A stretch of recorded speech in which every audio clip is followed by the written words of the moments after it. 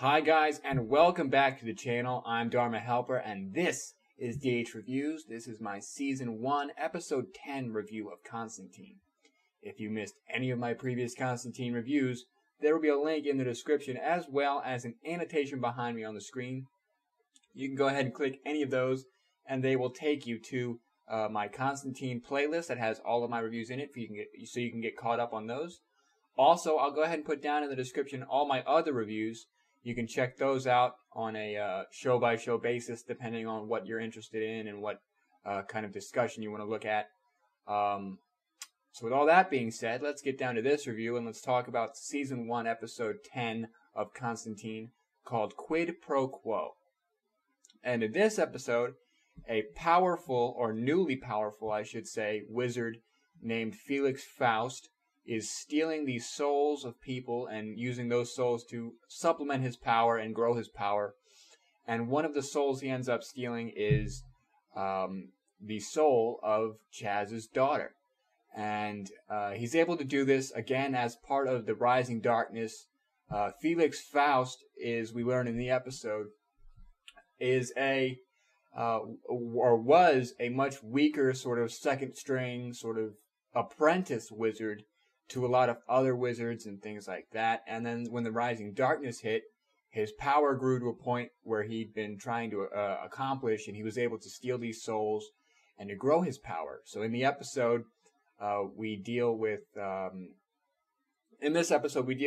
lot of Chaz's past and it's a very Chaz-centric episode. We learn a lot of things about Chaz in this episode, as well as some hints about Constantine's past and some things about Zed.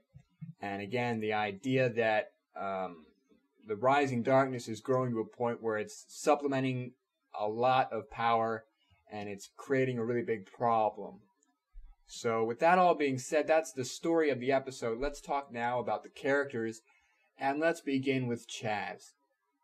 And in this episode, we learn a whole lot about Chaz. The main thing being we learn the origin behind his ability to seemingly come back from the dead or to avoid death, or whatever way you want to interpret it. This came about way back in the day when Constantine and Chaz were working together. And one night they're at a bar and Chaz is getting ready to leave, or Constantine is getting ready to leave, or one of them is getting ready to leave. And as a joke, Constantine puts this spell on Chaz and says, whatever, have a safe trip, etc., all this stuff. And then the bar sets on fire, and everybody starts to panic, and it turns out that Chaz dies in this fire along with like 47 other people. And in actuality, what had happened was the protection spell that Constantine cast as a joke protected Chaz from dying, and it absorbed these souls and gave them to Chaz. It was a spell created by Merlin for the Knights of the Round Table, where that if any one of these knights died in the presence of a lesser knight, that lesser knight's soul would be absorbed and used to resuscitate the Knight of the Round Table. So Chaz essentially has 47 lives, 47 souls that he can use to avoid dying and to come back from the dead. And obviously this has a very huge impact on him personally and his ideals. It has a very huge impact on on the stress with his family. And it has a huge impact on his relationship with John. And the second thing that I want to talk about in terms of Chaz, we learn about his powers and we learn about his personal life. And like I said, it affects his relationship with his wife, where he's off fighting these evils with John, and his wife kind of doesn't understand it, and so they separate, and he's not allowed to see his daughter as much as he needs to, but then again, he's always late. But it's very clear that he loves his family, and he loves his daughter, and so that sort of dynamic really plays into the episode. And then again, the last person that this sort of curse affects is John. John gives him the idea, put this curse to good use. Come with me and fight these evils. And so that's kind of the basis for their relationship, is that idea of teaming up and fighting these bad guys. And the next thing I wanted to talk about with Chaz was his loyalties to John. If you guys have been following my reviews, I talk almost every time I talk about Chaz, I talk about how loyal he is to John and how much he's willing to follow John and how far he's willing to go with John. In this episode, we get an answer to that question in terms of how far he's willing to go with John and where his loyalties end with John. And again, that comes back around to his family. His daughter is in a lot of trouble in this episode, and that really puts a strain on him, and he's got a fire under his belly, and he's ready to go. And he doesn't want to do things the way that John wants to do things. So the line that he's willing to draw in terms of following John comes down to what's best for his daughter, what's best for his wife, and what's best for his family.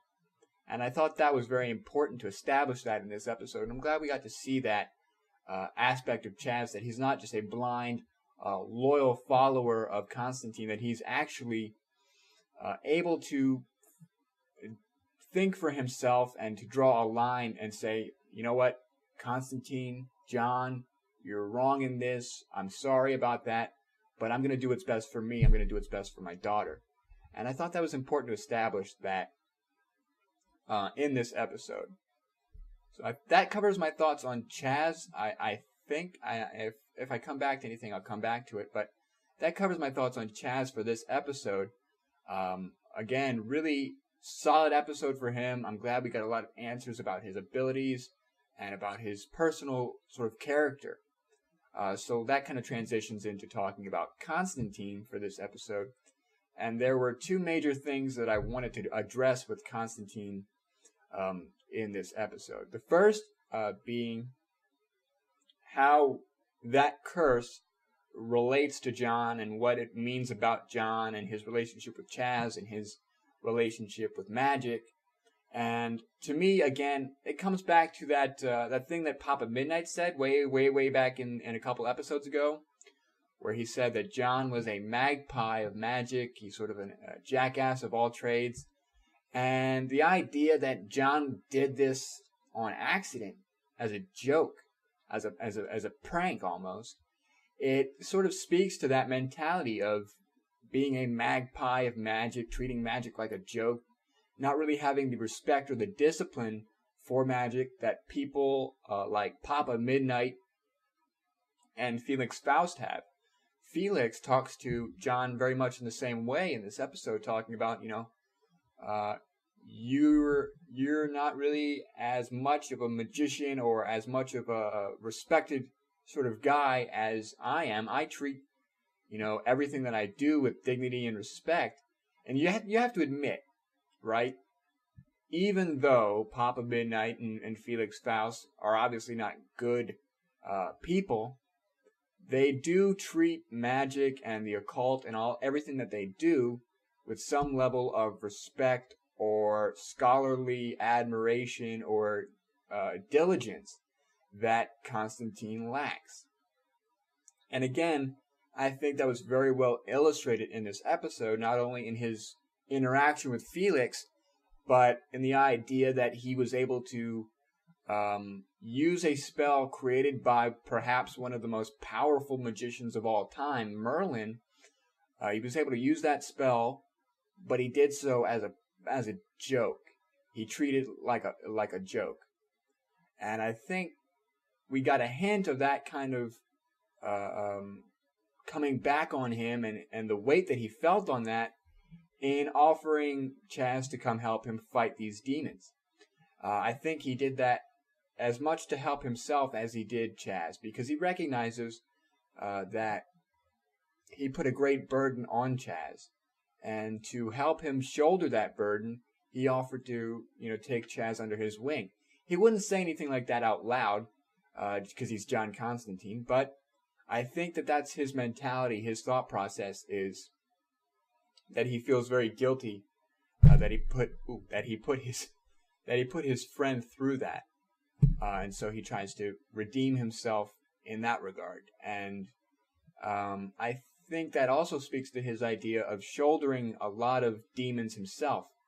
Everybody that John comes in contact with, whether it's Chaz or Gary or Astrid or Anne Marie, they all come away damaged. They all come away worse for wear, just for having dealt with Constantine. Even that guy that was in the pawn shop or the record shop or wherever it was that they went to hold a seance and ends up dying. Everybody that John Constantine comes in contact with comes out worse for wear, and I think that weighs on him, and he recognizes that, but he won't say it. He'll never admit it, but he recognizes that, and he feels a great amount of guilt for that. And so, again, that's his way of paying for that, is to help Chaz and to help him shoulder that burden of having those 41 or however many, 47, however many souls it was that he ended up absorbing. And the last thing that I wanted to talk about with Constantine was at the very end of the episode, we got a little hint with Zed about Constantine's mother. And again, that ties into the idea that everybody who comes in contact with John comes out worse for wear, and how that affects him. She says something like, your mother wanted you to know that her death wasn't your fault, which I will say this, and I know you're thinking this yourselves, hopefully.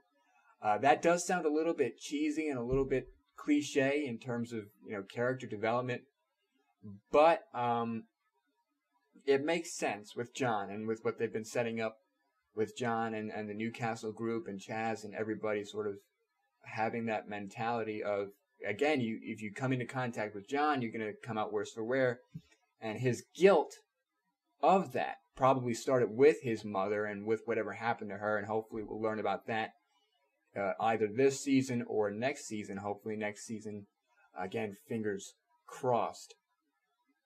But that, I think, kind of wraps up my thoughts on John, and I'll wrap up my thoughts on characters talking about Zed, who in this episode continues her sort of training with John and Chaz, and continues being the voice of reason and compassion in the group, which is a role I think she fits very well into, given her past and given her situation.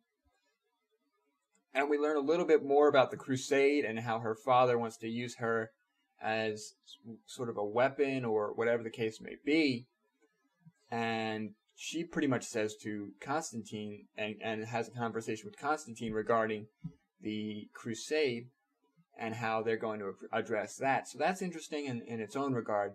But the big thing with Zed in this episode was her, again, continuing to release her abilities and express her abilities. And in this episode, she becomes kind of aware of this ability to be clairvoyant. Not clairvoyant, but sort of like the guy with the seance.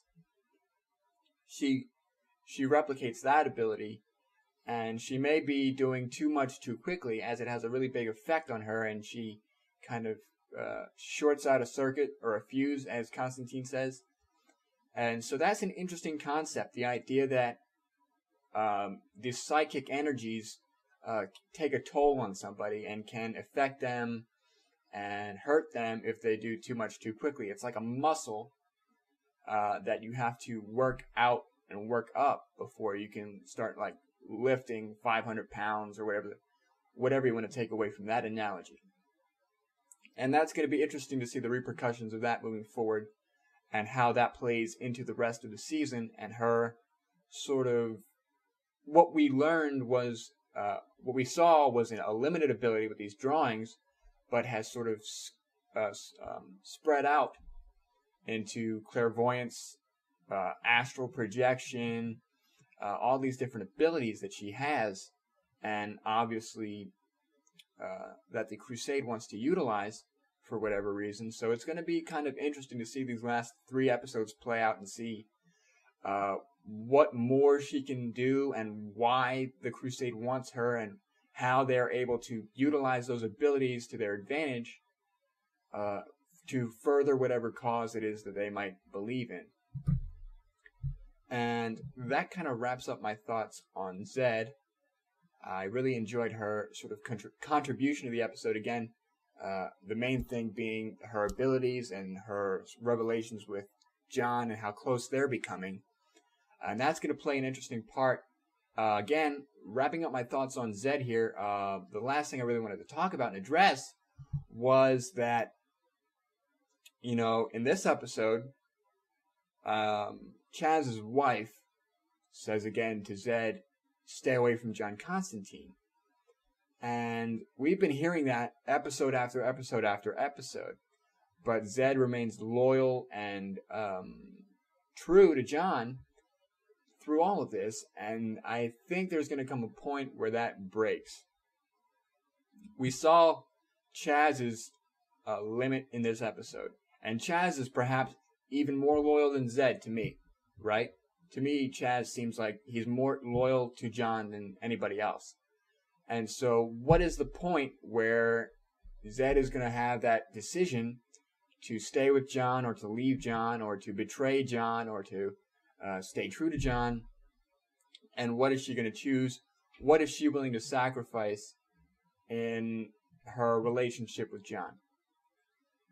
Because again, the main theme of this episode and the main theme, I think, of the entire season, sort of carrying through all these episodes, is that John Constantine is toxic and he explodes the lives of anybody he comes in contact with and just leaves ruins in his wake and moves on.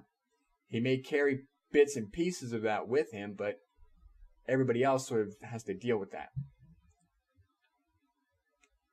So that kind of wraps up my thoughts on Zed in this episode. My general thoughts on the episode. Overall, really solid episode. I was glad to see the ratings tick up for this episode because, again, Constantine is, I wouldn't say in danger of losing a second season, but the idea is there, and it's not fully confirmed that it's going to be a second season. And I really like the show, and I hope you guys do as well. In this episode, I feel like they went a little too quickly. The pacing felt a little too fast, especially in regards to Felix and developing that character. I feel like they developed characters like Papa Midnight a little bit better, and Manny and stuff like that, side characters, a little bit better than they did Felix, who, from my understanding of the comics, is a kind of staple villain and sort of a little bit more of a mainstay villain than what we saw here in this kind of what seemed like a one-off episode. I don't think he necessarily died, but it felt like a little too quickly. And we didn't get enough of an understanding, in my opinion, of what Felix is and what he's about and what he's willing to do and all this stuff. But again, if you guys have been following my reviews, I speak a lot about how I want to see the other aspects of John Constantine's world. Up until this point, all we saw was demonology and demons and hell and angels and all this stuff. And Felix Faust really brought the magical aspect of it back into play. And I think that's an important balance for them to strike, is the idea that Constantine is not all about demonology and demons and all this stuff. Constantine and that DC universe has elements of all kinds of magic and power. And we saw that in this episode for the first time, and so that's a huge plus for the episode, in my opinion. I think that covers all of my thoughts on the episode. Again, solid episode, if a little bit too shaky on the whole pacing idea. Very well directed, very well written. The shooting, the effects and everything, again, were very top-notch, and I look forward to what comes next in the season, and hopefully in seasons to come.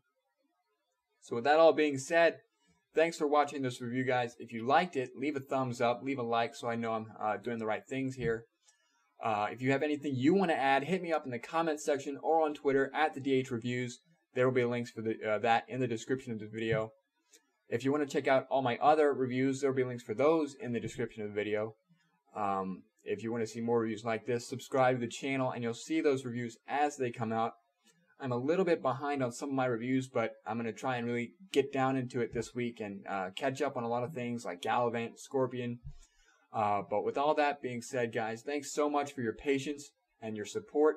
And again, get on social media, get on Twitter, get on Facebook, get on wherever you got to get on, and get the word out about Constantine. It's one of the best shows, in my opinion, to come out of NBC in a very long time. And I enjoy the show, and I enjoy, most of all, getting to talk with Hellblazers, I guess you guys could call yourselves, Constantine fans on Twitter, Constantine fans in the comment section, everybody who really interacts with me and talks with me about the episodes. I really enjoyed that more than I enjoy anything else, and I hope to continue that with Season 2. We've only got 3 more episodes of the first season, so things are going to pick up here very soon, I feel like, and I look forward to talking about that with all of you in the future. Again, thanks very much for your patience and support, guys. And with all that being said, stay tuned.